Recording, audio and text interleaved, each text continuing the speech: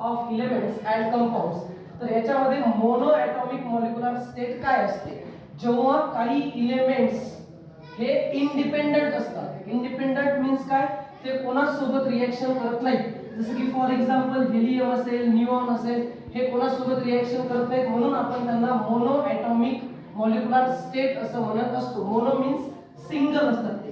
त्याच्यानंतर poly atomic molecular state means काय? जेव्हा दोन किंवा दोनपेक्षा जास्त ॲटम्स एलिमेंट्सचे कंबाईन येतात तेव्हा त्यांना आपण पॉली ॲटॉमिक मॉलिक्युलर स्टेट असं म्हणतो.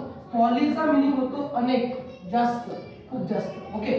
त्याच्यानंतर जेव्हा दोन ॲटम्स, कोणत्या पण एलिमेंट्सचे दोन ॲटम्स एकत्र येतात तेव्हा आपण त्यांना डाय ॲटॉमिक मॉलिक्युलर स्टेट असं म्हणतो. For example oxygen, oxygen plus oxygen is equal to म्हणू शकतो आपण O2. तर हे जर दोन ऑक्सिजनचे ॲटम्स एकत्र आले तर ते काय फॉर्म करत आहेत? O2 फॉर्म करत आहेत. ओके. म्हणजे आपण त्याला डाय ॲटॉमिक मॉलिक्युलर स्टेट असं म्हणतो. आता कंपाऊंड केव्हा बनते? कंपाऊंड बनण्यासाठी डिफरंट एलिमेंट्स जर कंबाईन आले, डिफरंट एलिमेंट्स जर कंबाईन आले तर काय बनत असते? कंपाऊंड बनत असते. फॉर एक्झाम्पल H2O असेल, NaCl असेल, CO2 असेल. समजलं सर्वांना?